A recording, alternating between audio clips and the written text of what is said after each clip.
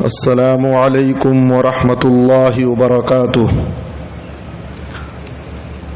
الحمد للہ رب العالمین الرحمن الرحیم مالک یوم الدین واشہد ان لا الہ الا اللہ وحدہ لا شریک لہ واشہد ان محمدا عبدہ ورسولہ اما بعد فاعوذ باللہ من الشیطان الرجیم بسم اللہ الرحمن الرحیم الف لام میم ذالک الکتاب لا ریب فیہ ھدی للمتقین۔ محترم حضرات، آج کی اس مجلس میں آپ حضرات کے سامنے سورۃ البقرہ کے فضائل احادیث کی روشنی میں بیان کیے جائیں گے۔ سورہ بقرہ قرآن مجید کی دوسری سورت ہے اور یہ سورت بڑی عظیم سورت ہے۔ احادیث کے اندر اس سورت کی کئی فضیلتیں بیان کی گئی ہیں، اس میں سے بعض فضائل آپ کے سامنے آج کے درس میں پیش کیے جائیں گے۔ سب سے پہلی فضیلت سورہ بقرہ کی یہ ہے کہ شیاطین کے شر و فساد سے حفاظت کا بڑا اہم ذریعہ ہے سورہ بقرہ کی تلاوت۔ صحیح مسلم کی حدیث ہے، ابو ہریرہ رضی اللہ تعالیٰ عنہ حدیث کے راوی ہیں، آپ صلی اللہ علیہ وسلم نے فرمایا لا تجعلوا بیوتکم مقابرا، اے لوگو تم اپنے گھروں کو قبرستان مت بناؤ۔ قبرستان نہ بناؤ کا مطلب کیا ہے؟ جس طرح سے قبرستان میں نمازیں نہیں پڑھی جاتی ہیں، اسی طریقے سے اگر تم اپنے گھروں میں نماز پڑھنا چھوڑ دو گے، نمازوں کا اہتمام نہیں کرو گے، ذکر و اذکار کا اہتمام نہیں کرو گے، تو تمہارا گھر قبرستان کی طرح ہو جائے گا۔ تمہارے گھر اور قبرستان میں کوئی فرق نہیں رہے گا۔ اسی لیے جس گھر میں اللہ کا ذکر نہیں ہوتا ہے، اس گھر کی مثال آپ صلی اللہ علیہ وسلم نے مردے سے دی ہے۔ تو گھروں میں ذکر و اذکار کا اہتمام ہونا چاہیے اور نمازوں کا اہتمام ہونا چاہیے، خاص طور پر خواتین نمازوں کا اہتمام کریں گھروں میں، اور مرد حضرات فرض نمازوں کے علاوہ سنن و نوافل کا اہتمام گھروں میں کریں، یہ ان کے لیے افضل ہے۔ آگے آپ صلی اللہ علیہ وسلم نے کہا ان الشیطان ینفر من البیت الذی تقرأ فیہ سورۃ البقرہ، جس گھر میں سورہ بقرہ کی تلاوت کی جاتی ہے اس گھر میں شیطان پناہ نہیں لے سکتا، شیطان اس گھر سے بھاگ جاتا ہے۔ تو یہ کتنا بڑا فائدہ ہے کہ اگر ہمارے گھروں میں شیطان پناہ نہ لے، شیطان کو رہنے کے لیے جگہ نہ ملے، تو شیطان کے مکر و فریب سے، شیطان کی چالوں سے، اس کے شر و فساد سے ہم محفوظ رہیں گے، ہمارا گھر محفوظ رہے گا۔ آج ہمارے گھروں میں جو بلائیں ہیں، آفتیں ہیں، ناچاقیاں ہیں، اختلافات ہیں، طرح طرح کے مسائل ہیں، اس کا ایک بہت بڑا سبب یہ ہے کہ ہمارا گھر شیطانوں کا ٹھکانہ بن گیا ہے۔ ہمارے گھروں میں شیاطین بسیرا کر چکے ہیں، شیاطین پناہ لے لیے ہیں، اور رحمت کے فرشتے ہمارے گھروں میں داخل نہیں ہو پاتے۔ اس لیے ہمیں قرآن مجید کی تلاوت کا اہتمام کرنا چاہیے، ذکر و اذکار اور نمازوں کا گھروں میں اہتمام کرنا چاہیے۔ خاص طور پر سورہ بقرہ کی تلاوت جس گھر میں ہوتی ہے، شیطان اس گھر سے بھاگ جاتا ہے۔ دوسری فضیلت سورہ بقرہ کی یہ ہے کہ سورہ بقرہ قرآن مجید کی چوٹی ہے۔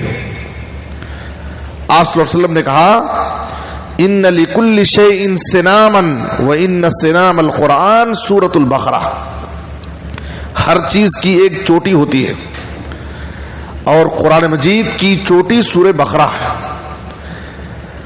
اور آگے بعض روایتوں میں ہے کہ وَإِنَّ الشَّيْطَانَ إِذَا سَمِعَ سُورَةَ الْبَقَرَةِ خَرَجَ مِنَ الْبَيْتِ الَّذِي يُقْرَأُ فِيهِ سُورَةُ الْبَقَرَةِ.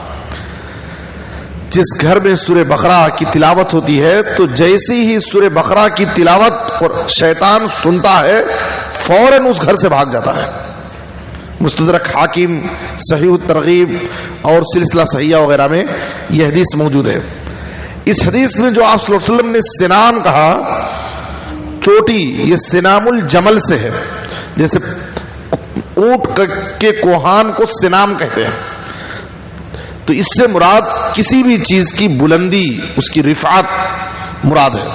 تو علماء کہتے ہیں کہ سورہ بقرہ قرآن کی چوٹی ہے. اس کا مطلب کیا ہے، کس اعتبار سے؟ تو کہتے ہیں کہ طوالت کے اعتبار سے. چونکہ قرآن مجید کی سب سے لمبی سورت سورۃ البقرہ ہے، اس لیے اس کو سنام کہا گیا. اور بعض علماء کہتے ہیں کہ کثرت احکام کے اعتبار سے اس کو سنام کہا گیا ہے، چونکہ بہت سارے احکام و مسائل سورہ بقرہ میں بیان کیے گئے ہیں. اور سورہ بقرہ کی تیسری فضیلت یہ ہے کہ سورہ بقرہ خیر و برکت کا ایک بڑا اہم ذریعہ ہے. سورہ بقرہ کی تلاوت، آپ صلی اللہ علیہ وسلم نے کہا، صحیح مسلم کی حدیث ہے، اقرؤوا سورۃ البقرہ، اے لوگوں سورہ بقرہ پڑھا کرو، فإن أخذها برکہ، اس لیے کہ سورہ بقرہ کے پڑھنے میں خیر و برکت ہے، برکتیں نازل ہوتی ہیں. انسان کی زندگی میں جس گھر میں سورہ بقرہ کی تلاوت ہو اس گھر میں برکت نازل ہوگی. دکان میں سورہ بقرہ کی تلاوت ہو دکان میں خیر و برکت نازل ہوگی. خیر و برکت کا ایک بڑا اہم ذریعہ ہے کہ سورہ بقرہ کی تلاوت کا اہتمام کیا جائے. وہ ترکہا حسرہ، اور اس کے چھوڑنے میں حسرت ہے. اگر ہم سورہ بقرہ کی تلاوت کا اہتمام نہیں کریں گے، کل قیامت کے دن جب رب سے ملاقات کریں گے، ہم دیکھیں گے کہ جو لوگ سورہ بقرہ کی تلاوت کی پابندی کرتے تھے، ان کے مقام و مرتبے کو، ان کے درجات کو جب ہم دیکھیں گے تو اس وقت ہمیں افسوس ہوگا، حسرت ہوگا، کاش کہ ہم بھی سورہ بقرہ کی تلاوت کے ہوتے. اور حدیث میں آپ صلی اللہ علیہ وسلم نے کہا، وَلَا تَسْتَطِيعُهَا الْبَطَلَ، جادوگر اس کا مقابلہ نہیں کر سکتے، جادوگر اس پر غالب نہیں ہو سکتے. جس گھر میں سورہ بقرہ کی تلاوت ہوگی اس گھر میں جادو کا اثر نہیں ہوگا. جو شخص سورہ بقرہ کی تلاوت کا اہتمام کرے گا وہ جادوگر کے جادو کے شر سے محفوظ رہے گا. کتنے سارے فوائد ہیں سورہ بقرہ کی تلاوت کے جو آپ صلی اللہ علیہ وسلم نے حدیث کے اندر بیان کیے. اسی طرح سے ایک اخروی فائدہ سورہ بقرہ پڑھنے کا، ایک اخروی اہم فائدہ جو حدیث میں آپ صلی اللہ علیہ وسلم نے بیان کیا، صحیح مسلم میں ابو امامہ باہلی رضی اللہ تعالیٰ عنہ حدیث کے راوی ہے. آپ نے کہا، اقرؤوا القرآن فإنہ یأتی یوم القیامۃ شفیعا لأصحابہ، اے لوگوں قرآن پڑھو، زیادہ سے زیادہ قرآن کی تلاوت کا اہتمام کرو، قرآن مجید پڑھو، اس لیے کہ قرآن اپنے قاری کے حق میں قیامت کے دن سفارش کرے گا. اور یہ بہت بڑی سعادت ہے، بہت بڑی سعادت ہے، جہاں سارے لوگ سفارش کرنے سے پیچھے ہٹیں گے، بڑے بڑے انبیاء سفارش کرنے کے لیے تیار نہیں ہوں گے. ایسی مشکل گھڑی میں قرآن مجید اپنے پڑھنے والے کے حق میں سفارش کرے گا. آگے آپ صلی اللہ علیہ وسلم نے کہا، اقرؤوا الزہراوین، خاص طور پر دو چمکدار، دو روشن صورتیں، چمکیلی صورتیں، روشن صورتیں پڑھو. زہراوین سے مراد البقرہ و سورۃ آل عمران، سورہ بقرہ اور سورہ آل عمران کو خاص طور پر یہ دو صورتیں پڑھو. کیوں؟ فإنہما تأتیان یوم القیامہ کأنہما غمامتان، یہ دونوں صورتیں قیامت کے دن اس حال میں آئیں گی جیسے کہ وہ دو بادل ہیں، او کأنہما غیایتان، یا دو سائبان ہیں، او کأنہما فرقان من طیر صواف، یا جیسے قطار میں اڑتے پرندوں کی دو جماعتیں ہیں، دو ٹولیاں ہیں اڑنے والے پرندوں کی. اس کے بعد حدیث میں آگے الفاظ پر غور کیجئے، تحاجان عن اصحابہما، یہ دونوں صورتیں اپنے پڑھنے والوں کی طرف سے اللہ کے پاس جھگڑا کریں گی، لڑیں گی. دونوں صورتیں اپنے پڑھنے والوں کی اپنے پڑھنے والے قاری کی مغفرت کرانے کے لیے یہ دونوں صورتیں اللہ کے پاس جھگڑیں گی اور اپنے پڑھنے والے کی اللہ کے پاس مغفرت کرائیں گے. کتنی بڑی فضیلت ہے, کتنا بڑا مقام ہے کہ یہ دونوں صورتیں خاص طور پر اللہ کے پاس اپنے پڑھنے والے کے لیے جھگڑا کریں گی اور اپنے پڑھنے والے کی مغفرت کرانے کے لیے, بخشش کرانے کے لیے اللہ کے پاس لڑیں گی. اس لیے ہمیں چاہیے کہ ہم اپنی زندگی میں اور خاص طور پر اس ماہ مبارک میں قرآن مجید سے جڑ جائیں اور زیادہ سے زیادہ قرآن مجید کی تلاوت کا اہتمام کریں اور خاص طور پر سورہ بقرہ کی تلاوت کی پابندی کریں. اللہ ہم سب کو نیک توفیق عطا فرمائے. آمین. وصلی اللہ علی نبینا محمد و آلہ وصحبہ اجمعین.